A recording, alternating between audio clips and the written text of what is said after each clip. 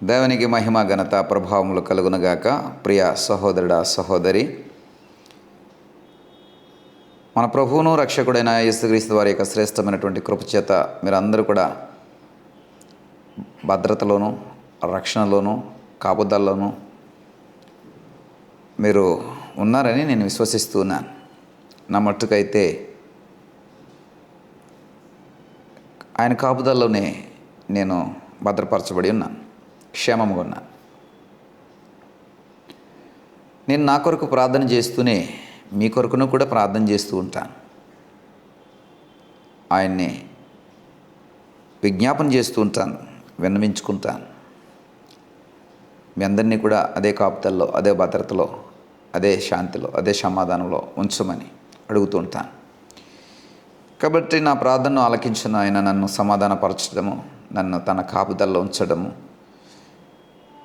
ఆయన క్షేమంలో, ఆయన శాంతిలో ఉంచటము ఎలాగ జరుగుతుందో అలాగే నేను ఎవరి కోసమైతే ప్రార్థన చేస్తున్నానో, ఎవరి గురించి అయితే నేను విజ్ఞాపన చేస్తున్నానో వారు కూడా అదే కాపుదల, అదే శాంతి, అదే సమాధానం ప్రియ సహోదరుడా కలిగి ఉంటారని నమ్ముచున్నాను. ఫిలిప్పీయులకు రాసిన పత్రిక 4వ అధ్యాయం 7వ వచనంలో రాయబడి ఉంటుంది, దేవుని సమాధానము యేసుక్రీస్తు వలన మీ హృదయములకును మీ తలంపులకును కావలి ఉండును. దేవుని యొక్క సమాధానం యేసుక్రీస్తు ద్వారా మన హృదయాలకే కాదు, మన తలంపులకి, అంటే మన ఆలోచనలకి మరి కావలిగా ఉంటుందట. దేవుని యొక్క సమాధానం మన యొక్క హృదయాలకి, అలాగే మన యొక్క తలంపులకి, అంటే మన ఆలోచనలకి, అంటే మన ఆలోచనలు లేదా మన తలంపులు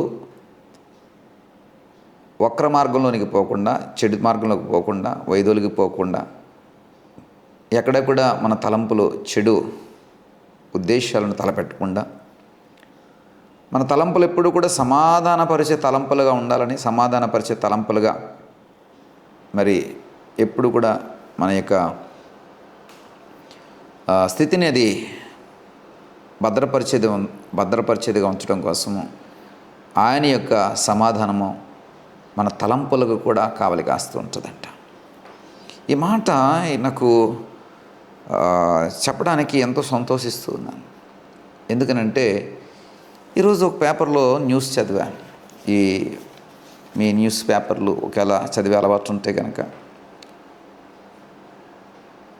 త్రిపుర డీజీపీ ఆత్మహత్య. ఒక రాష్ట్రానికి డీజీపీ అంటే పోలీస్ బాస్ అంటాం కదా, అనురాగ్ ఠాగూర్ సోమవారం రోజున, అంటే 20వ తారీఖున తన యొక్క ఆఫీసు ఛాంబర్లోనే మరి బాత్రూంలో ఉరేసుకుని ఆత్మహత్యకు పాల్పడ్డారనేటువంటి వార్త మీరు చూస్తే కనుక ఆశ్చర్యానికి గురి చేస్తుంటారు.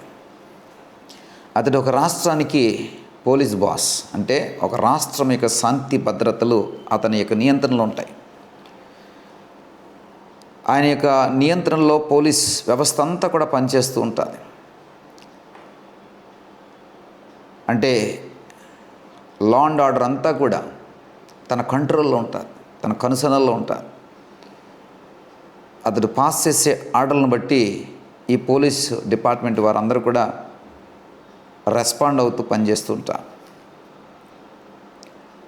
అంతటి శక్తివంతమైనటువంటి పోస్ట్ రాష్ట్ర DGP is the police boss. అతడేమి చిన్న వయసు కలిగిన వాడు, ఇంకో 60 సంవత్సరాలు వయసు కలిగిన వాడు. మరి కొన్ని నెలల్లో ఆయన రిటైర్ కాబోతున్నాడు.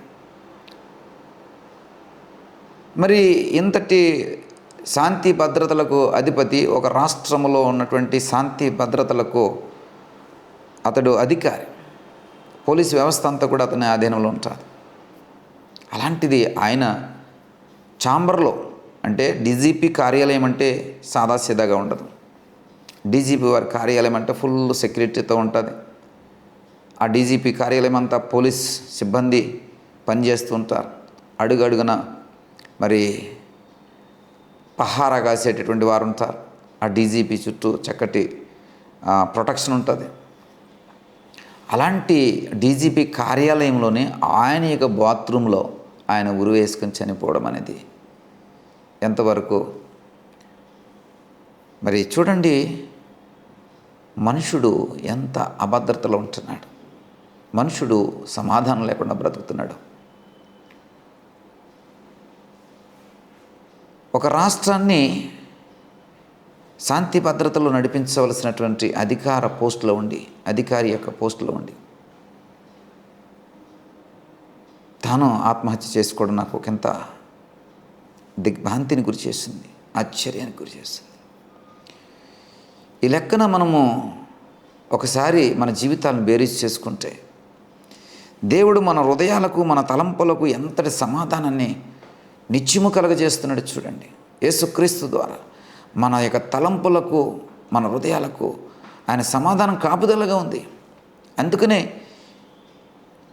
మరి ఎంతటి ఒత్తిడి వచ్చినా, లేకుంటే కుటుంబంలో వైపరీత్య ఆలోచనలు తలెత్తుతున్నా, విభేదాలు తలెత్తుతున్నా, లేకుంటే మన వీధులలో లేదా మన ఇంటి పక్కన, లేకుంటే మనం ఉద్యోగం చేస్తున్నటువంటి చోట, లేకుంటే మరొక చోట మనకు రిలేటెడ్గా ఉన్నటువంటి విషయాల్లో, అనేక విషయాల్లో మనం ఒత్తిడికి గురవుతుంటాం.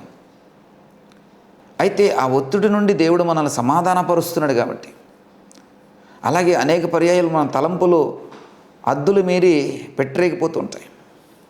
మన ఆలోచనలు ఎలాగుంటాయంటే, ఒక్కొక్కసారి కక్షపూరితంగా చాలామంది ఆలోచన చేస్తుంటారు, పగబట్టిన వారుగా ఉంటుంటారు.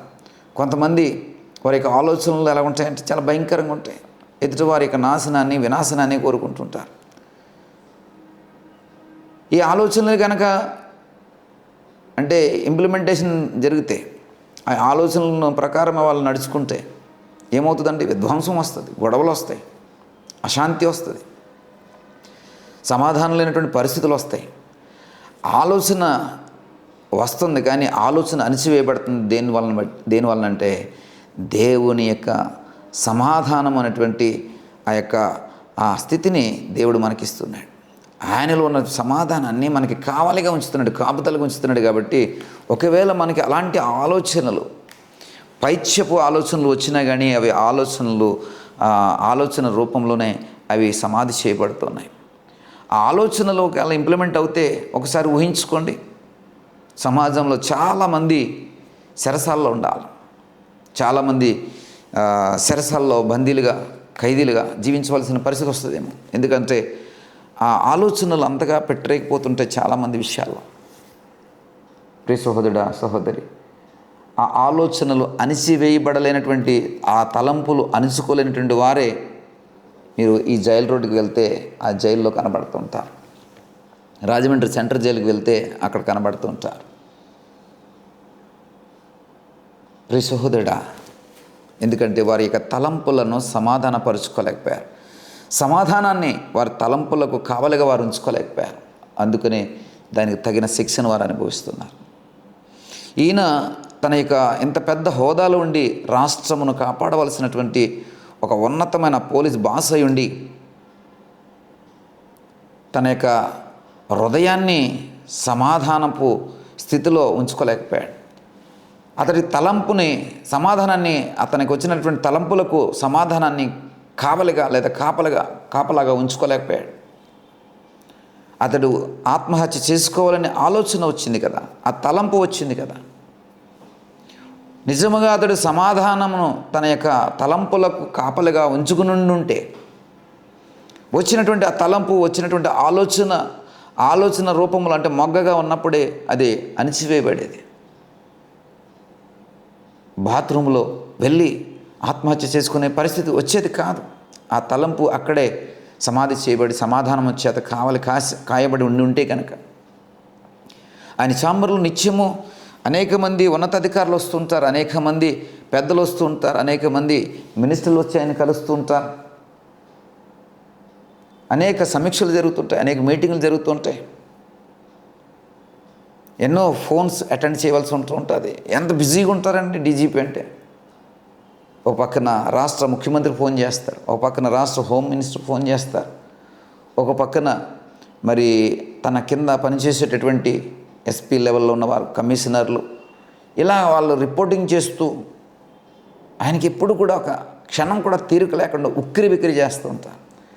అంతటి ఉక్కిరి బిక్కిరిగా ఉండేటువంటి పని ఒత్తిడిలో కూడా అతడు ఆత్మహత్య చేసుకోవడానికి సమయం దొరికిందండి.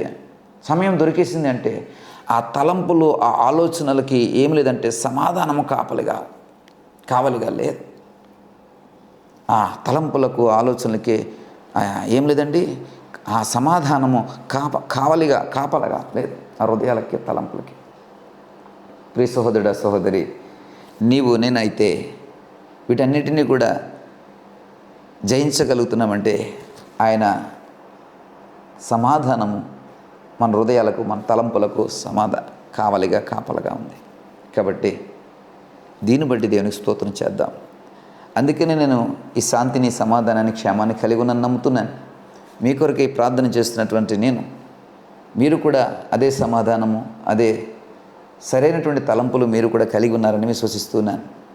దేవుడి ఇట్టి రీతిలో ఈ వాక్యమును మీ ముందుంచడానికి దేవుడు కృప చూపించాడు. కాబట్టి మరొక పర్యాయము దేవునికి, ప్రభా నాకు ఇచ్చినటువంటి ధన్యతను బట్టి స్తోత్రం నాయన అని కృతజ్ఞత స్తుతి చెల్లించుకుంటూ చిన్న ప్రార్థన చేసుకుందాం. దయగల తండ్రి, కృపగలని దేవ, మాకు ఇచ్చినటువంటి ఈ దీవెనకరమైన పరిస్థితిని బట్టి మీకు స్తోత్రాలు. మాకు ఇచ్చిన ఈ సమాధాన స్థితిని బట్టి మీకు వందనాలు. మా హృదయాలకు, మా తలంపులకు మీ సమాధానమును కావలిగా ఉంచినందుకే స్తోత్రాలు. లేకుంటే మా తలంపులు ఏమై ఉండేవో, మా తలంపులు, మా ఆలోచనలు వికృతమైనటువంటి స్థితిలో కనుక పనిచేసి ఉంటే మా జీవితం ఏమైపోయి ఉండేదో. ఇదిగో ప్రభా, మేము ఈ స్థితిని కలిగి ఉన్నామంటే కేవలం అది నీ కృప, నీ సమాధానం మా మీద పనిచేస్తూ మాకు కావలిగా ఉన్నదాన్ని బట్టే.